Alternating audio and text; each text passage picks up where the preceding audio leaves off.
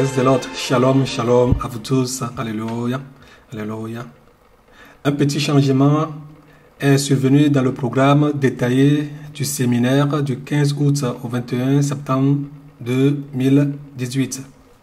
La troisième semaine qui était réservée aux femmes qui vivent avec des hommes ou en couple sans mariage, qui cohabitent ou qui vivent en concubinage, et les mariés dans le Seigneur, du 29 août au 4 septembre 2018, est reportée à la deuxième semaine, c'est-à-dire du 22 août au 28 août 2018, qui est la semaine des hommes, c'est-à-dire la deuxième semaine, qui sont dans le même cas que ces femmes, c'est-à-dire ces hommes qui sont dans le même cas que ces femmes. En termes clairs, les hommes et les femmes étant dans le même cas sont appelés à rester ensemble et que chaque partie prenne note et soit témoin des enseignements et tout ce qui se fera dans ce domaine au travers le Père des Nations.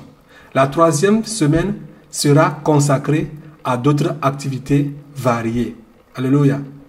Je répète qu'un petit changement est survenu ou arrangement est survenu ou modification est survenue dans le programme détaillé du séminaire du 15 août au 21 septembre 2018. À cet effet, la troisième semaine qui était réservée aux femmes qui vivent avec des hommes ou en couple, sans mariage, ou bien qui cohabitent, ou bien qui vivent en concubinage, et les mariés dans le Seigneur, c'est-à-dire ceux qui sont mariés selon la volonté de Dieu, du 29 août au 4 septembre 2018, est reportée à la deuxième semaine, c'est-à-dire du 22 août au 28 août 2018, qui est la semaine des hommes qui sont dans le même cas que ces femmes, c'est-à-dire ces femmes que j'ai citées. En termes clairs, les hommes et les femmes étant dans le même cas sont appelés à rester ensemble et que chaque partie, c'est-à-dire chaque personne, prenne note et soit témoin des enseignements et tout ce qui se fera dans ce domaine. Et que personne n'ira dire, hey, non, moi j'ai pas écouté ça, hein. On n'a pas dit ça, hein. C'est toi qui as dit ça, hein. C'est toi qui as dit ça. Non, il faut que toutes ces femmes, tous ces hommes qui sont ensemble, prennent ensemble part à ces enseignements, c'est-à-dire la deuxième semaine au lieu de la troisième semaine. La troisième semaine sera consacrée à d'autres activités variées. Alléluia, je pense que vous avez bien compris. La fois dernière, pour ce qui concerne le message d'Abel, le fils d'Adam et Ève, dans l'ordre de l'Éternel, frappe-moi, 3C sur 3ABC, c'est-à-dire la dernière vidéo, Abel dit que eux, dès le commencement, son frère Caïn s'est marié à la fille de leurs parents, parce que en ce moment, il n'y avait pas de femme nulle part. En ce temps, les hommes se mariaient entre frères et sœurs. Mais aujourd'hui, Dieu a donné une loi contre cela. L'inceste n'est plus autorisé. Par exemple, Abraham, qui était le père de toutes les nations, s'est marié à sa sœur. Aujourd'hui, ce n'est plus autorisé. Même pas entre cousins. Cela n'est plus possible. Aujourd'hui, chacun doit faire face à la volonté de Dieu avant de se marier. C'était le premier moyen par lequel Dieu a passé pour multiplier les gens dans le monde. La deuxième chose que j'ai omise à vous dire est ceci. Les guerriers de David dans 2 Samuel 23, verset 8, il y a un guerrier, s'il lance une flèche, il tue 800 personnes. Il y a quelqu'un qui tue 300. Verset 20, 21 à 22, il y a quelqu'un qui tue 2 lions. David, lui, tuait 10 000. 2 Samuel 18, verset 4. David tuait 10 000. Alors, David qui va venir va tuer 12 000, c'est-à-dire 10 000 fois 12. Alors, ceux qui seront autour de Père des Nations, pour eux, va déplacer 800. Ceux qui tuent 2 lions, pour eux, va déplacer. Dans ce séminaire, ce n'est pas à manger et se rassasier. Non, c'est un grand combat. C'est un combat qui concerne Satan et Dieu. Mais celui qui est le vainqueur, c'est Dieu. C'est Dieu qui est toujours le vainqueur. Dans Apocalypse 17, verset 14, Satan a dit qu'il va combattre contre Dieu. Il a été vaincu par Dieu. Et même s'il veut combattre ses enfants, nous, aujourd'hui, nous aussi, nous allons le vaincre. Nous, les enfants de Dieu, nous allons le vaincre. Si c'est Dieu qui a dit cette parole, alors nous les avons vaincus. Dans Apocalypse 12, verset 11, il a été dit que nous l'avons vaincu au travers le sang de l'agneau. Je vais vous donner deux types d'exemples. 2 Corinthiens chapitre 2, verset 11. 2 Corinthiens 2, 11 dit que Satan avait eu emprise sur nos parents. Il avait eu avantage sur nos parents, sur les Amaléticiens, qui avaient empêché les Israélites de traverser leur ville. Mais après, Dieu a vengé son peuple et il a détruit leur génération.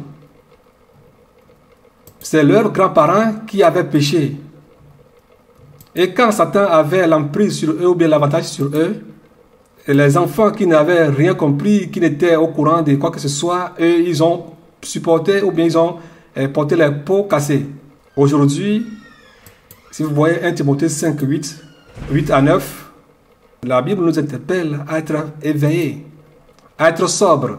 Les souffrances que l'ennemi, le diable, a mises sur nos parents, nos grands-parents, ce sont ces souffrances qu'il est en train de nous amener. Exemple, en 2017, quelque chose s'est passé. Il y avait quelqu'un, s'est marié, il y a eu des enfants, du retour du boulot. Et la femme ne savait pas que ce monsieur serait de retour. Au moment où le monsieur était de retour, il a vu un monsieur qui se couchait avec la dame. Il avait eu la peine, il avait eu des douleurs. Et il a écrit un testament, une lettre, en disant que un jour, si mon enfant est adulte, qu'il sache que sa maman est une bordelle, qu'il se marie à une bordelle. C'est pourquoi, après qu'elle a commis cet acte, et lui, son père, est parti se suicider. Il a sauté dans un puits et il s'est noyé. Cet enfant est devenu grand et sa maman ne lui avait rien dit. Cet enfant avait eu son bac et lui aussi avait une copine. Et lui et la copine étaient ensemble. Il avait des projets que dans le futur, il allait se marier et avoir un bon avenir. Lui aussi, il était parti. De son retour, il a vu une autre personne qui se couchait avec sa copine. Lui aussi était dépassé et a écrit une lettre. La même chose que son papa avait laissé à sa maman. L'endroit exact où son père était parti se suicider, lui aussi est parti se suicider là-bas. C'était dommage. Toutes ces femmes qui sont mariées mais qui continuent toujours à se coucher avec d'autres hommes, vous devez savoir que leurs parents, leur maman ou bien leurs parents avaient vécu de pareilles vies. Ils ont vécu de pareilles vies. Si leurs parents ou bien leur maman a donné des naissances aux enfants à de différents hommes, un partout, aujourd'hui, s'il est temps pour eux de former leur foyer, ou bien de fonder leur foyer, ce que leurs parents ont traversé ou bien la vie que leurs parents ont menée, eux aussi auront ce poids sur leur vie et iront mener les mêmes vies. Et eux aussi vont donner des enfants partout. Exemple, il y a quelqu'un qui est à Takpamé, au Togo. Son grand-père avait de l'argent, mais il utilisait son argent pour les fétiches. Avant de mourir, ce qu'il a dit sur son argent, sa fortune, qu'aucun de ses enfants ne sera plus riche dans sa vie, ou bien leur génération ne sera plus riche dans leur vie. C'est le message qu'il a laissé avant de mourir. Aujourd'hui, toute sa génération, son fils, ses arrière-fils, sont à Takpamé, sont pauvres. Même ce qu'ils vont manger, ils n'en trouvent même pas. Et son propre fils, ou bien son arrière-fils, a eu sa maîtrise en allemand et a eu la bourse d'aller continuer ses études en Allemagne. En 2016, il devait aller en Allemagne pour continuer ses études, mais il est devenu fou. Présentement, il est dans les chaînes au moment où je suis en train de vous narrer cette histoire. Ce monsieur qui a dit qu'aucune de sa génération ne sera riche, sa sœur, oui, sa petite sœur, avant de mourir, elle aussi s'est mariée à un monsieur, et le monsieur qui l'a mariée, ce monsieur avait 4 femmes et elle était la 5e. Mais finalement, ce monsieur l'a aimée plus que les autres 4 premières femmes. Parce que les 4 premières femmes étaient des sorcières et ils lui ont fait mal. Mais avant que cette femme ne meure, comme ses prédécesseurs sont des sorcières, elle est envoûtée en telle sorte que son vagin s'est décomposé. Et ce monsieur ne pouvait plus se coucher avec elle. Le jour où elle aussi devait mourir, elle a dit que tous les enfants de son frère, aucune d'elles ne peut avoir de mari ou n'aura un mari fixe. Et aucun homme ne viendra demander leur main. Ou bien soit si elles-mêmes ont de l'argent, elles ne seront même plus riches. Mais si elles ont trouvé un franc, elles iront le donner aux hommes. Et cet homme se couchera avec elles. Mais les enfants de son grand frère, si eux ne sont pas riches ou bien elles ne sont pas riches, aucun homme ne s'approchera d'eux ou d'elles pour que la souffrance qu'elle a eue, qu'aucun ou bien aucune d'elles n'ait plus cette souffrance. Et présentement, les enfants de son frère dont je vous parle, à Atakpamé, eux, si elles ont trouvé de l'argent, elles s'en vont chez les hommes les enceintent. Et si l'argent finit, les hommes partent. Et elles ont des enfants, et elles ont ces charges sur leur vie. Elles travaillent pour supporter les hommes. Elles vendent des bananes, des oranges pour supporter des hommes. Et s'il n'y a plus de l'argent ou bien le commerce est à terme, ces messieurs ou bien ces hommes retournent. Et elles ne comprennent pas en réalité ce qui se passe. Et c'est après cela que leur père leur a narré l'histoire. Que c'est ça que notre père, qui est votre grand-père, avait fait dans le passé. Si vous arrivez à Bonou, à Takpamé, on a dessiné ou bien décalqué ou bien sculpté une femme qui porte une jarre sur sa tête. Et c'est leur grand-père qui a enterré une femme vierge à ce niveau et qui a fait cette chose. Alors, elles sont sous cette malédiction. Elles sont sous cette malédiction. Si le Seigneur Jésus-Christ ne les délie pas, comment est-ce qu'ils peuvent aller au ciel? Si le Seigneur Jésus-Christ ne te délie pas, comment est-ce que tu peux aller au ciel? Pourquoi le Seigneur a dit que aucune personne n'ira manger des fruits verts et des enfants auront les dents agacées. Alors, n'accepte pas que ton grand-père mange des fruits verts et que toi tu aies les dents agacées. N'accepte pas à ce que ces malédictions viennent sur ta vie. C'est pourquoi le Seigneur Jésus-Christ appelle tout le monde pour les restaurer. Mais si tu viens, si Satan sait que tu vas quitter son domaine, il ne va pas le permettre. Alors fais tout possible et prépare-toi pour un grand combat. Et c'est Ephésiens 6 nous dit, Ephésiens 6, 10 à 18, nous interpelle à porter les armures de Dieu. Porter les armures de Dieu avant de venir et dire au Seigneur Jésus que tu vas aller au ciel, qu'il ne faut pas que tu aies quelque chose du diable qui est en toi. Comme le Seigneur Jésus-Christ l'a dit en Jean 14, verset 30, qu'il n'y a rien qui appartient à l'ennemi Satan qui est en lui. Alors toi aussi qui veux aller au ciel, fais attention que tu n'aies aucune propriété de Satan en toi, que tu n'aies aucune propriété de tes parents en toi. Nous devons couper tous les liens. Tous les liens doivent être coupés. Tout ce qui concerne les sirènes, les vaudous. Les gens n'ont pas des enfants sur cette terre, mais ils ont des enfants sous la mer. Avec les sirènes, tu dois couper, déraciner tous ces liens, toutes ces relations. Si ton père toujours a 30 000 francs dans ses poches, Toi aussi, si tu deviens son enfant, cette malédiction sera sur ta vie. Si toi aussi, tu deviens adulte, tes revenus ne vont jamais dépasser 30 000 francs. Si ton père n'a jamais acheté de terrain et construire, toi aussi, si tu deviens grand ou bien adulte, toi aussi, tu n'auras jamais de terrain pour construire. Si ton père n'a jamais construit, ou bien a commencé à construire une maison et ne l'a pas fini, toi aussi, si tu viens, tu vas construire sans pouvoir l'achever. N'accepte pas à ce que ces malédictions soient sur ta vie. Vas-tu accepter ces malédictions sur ta vie? Non.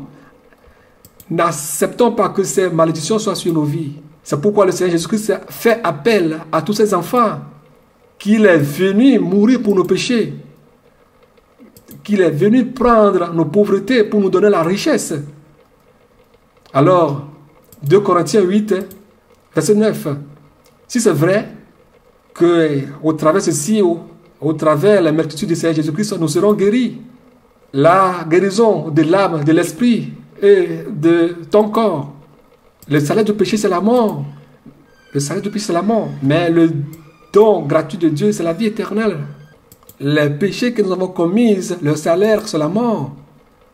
Ce sont ces fruits que nous mangeons aujourd'hui avec nos générations. Trop, c'est trop. Le Seigneur Jésus-Christ fait appel à tout un chacun de vous pour ce séminaire. Alors, fais attention que toi qui veux venir à ce séminaire, Satan est en train de préparer des bombes pour toi que tu n'ailles pas, pour t'empêcher, au travers quelqu'un, au travers ton frère, ta soeur, au travers quelqu'un, pour lancer une bombe, pour que tu t'exploses et te détruises une fois pour toutes. Alors sois éveillé, que cette bombe ne t'atteigne pas, que cette bombe soit sans effet au nom de Jésus. La Bible nous dit que tout âge forgé contre nous sera sans effet. Sans effet, effectivement sans effet. L'ennemi veut t'attraper, te détruire une fois pour toutes. Que toutes ces bombes soient sans effet sur ta vie. Que quelqu'un ouvre les oreilles et écoute ce que l'Esprit de Dieu est en train de dire. Alléluia, et que vous vous préparez. Ça fait quelques jours, j'ai eu un rêve où le Satan, l'ennemi, est en train de me dire que jamais, cela ne va pas arriver. Cela ne va jamais arriver. Que lui ne va jamais accepter que cela arrive. Que jamais cela ne va pas arriver. Et j'ai dit, mais c'est qui est en train de dire jamais, jamais que cela ne va pas arriver? Au nom de Jésus-Christ, cela va arriver. Et que ce séminaire aura lieu. Et que le Seigneur Jésus-Christ va élever sa main puissante. Sa main puissante est déjà en l'air. Et il veut sauver quiconque veut. Alléluia. Ça fait encore quelques jours. C'était le premier de ce mois de juin, ce premier mois de juin, où je voyais qu'on a commencé par faire la campagne pour le séminaire. On a commencé seulement à annoncer le séminaire. Alléluia. Alléluia. Et les gens ont commencé à être guéris. Les gens se trouvaient la guérison. Les gens criaient, ils trouvaient la guérison. Et le Père des Nations est en train de me dire, je te dis, c'est de cette puissance que je te parle. C'est de cette puissance que je te parle. Et puis je dis, ah bon, j'étais étonné, je vois, on n'a pas encore commencé le séminaire, mais les gens trouvaient la guérison. Alléluia. Mon frère, ma soeur, viens, le Seigneur Jésus-Christ va te guérir, va te délivrer. Alléluia. Sous le poids du péché, sous l'emprise du diable. Viens, viens, viens. Il a ses bras ouverts. Alléluia. Que le Seigneur vous bénisse et n'acceptez pas à ce que l'ennemi vous décourage au travers qui que ce soit, mais venez à Jésus-Christ. Il est là pour délivrer, il est là pour sauver, il est là pour délier, alléluia, tous les captifs, alléluia, tous les liens, alléluia, il est là pour vous sauver. Alors venez, le Seigneur Jésus-Christ vous appelle. Soyez tous bénis, le Père des Nations, l'apôtre Dufé Gabriel. Shalom, shalom, shalom.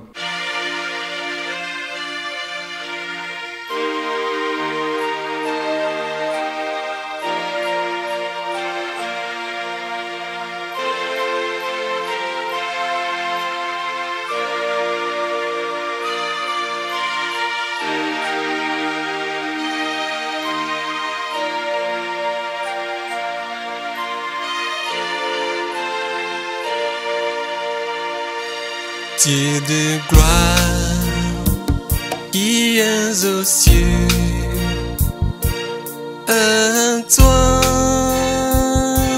la gloire, de gloire qui es aux cieux. À toi l'honneur, à toi la gloire, à toi la puissance céleste, à toi la gloire, à toi l'honneur. Dieu de gloire qui es aux cieux, à toi la gloire. Dieu de gloire qui es aux cieux, à toi l'honneur, à toi la gloire, à toi la puissance céleste, à toi la gloire, à toi l'honneur. Puissance, puissance à notre Dieu qui est sur le trône. Je t'adore. Puissance, puissance à notre Dieu qui est sur le trône. Alléluia, Dieu de gloire.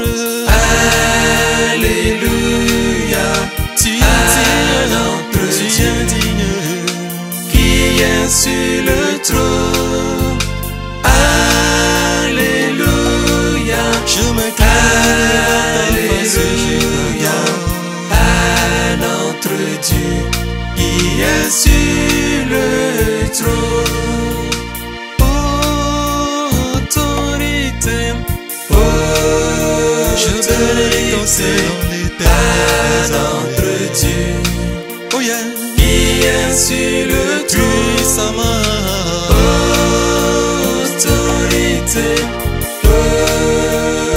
autorité à notre Dieu qui est sur le trône. Sagesse,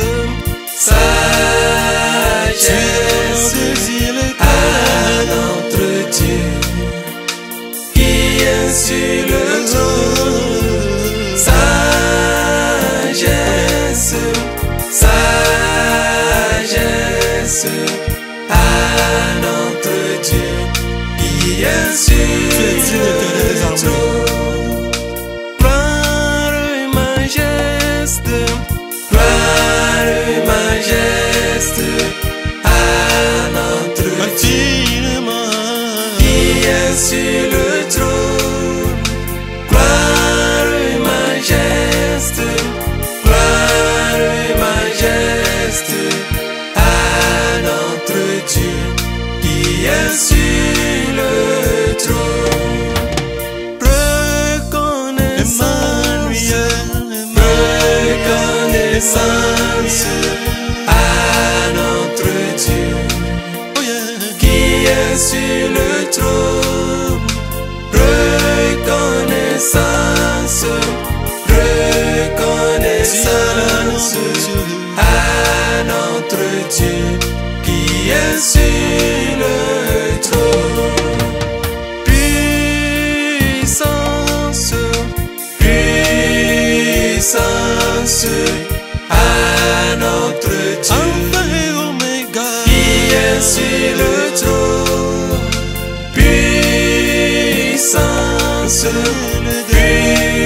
puissance à notre Dieu qui est sur le trône. Sagesse,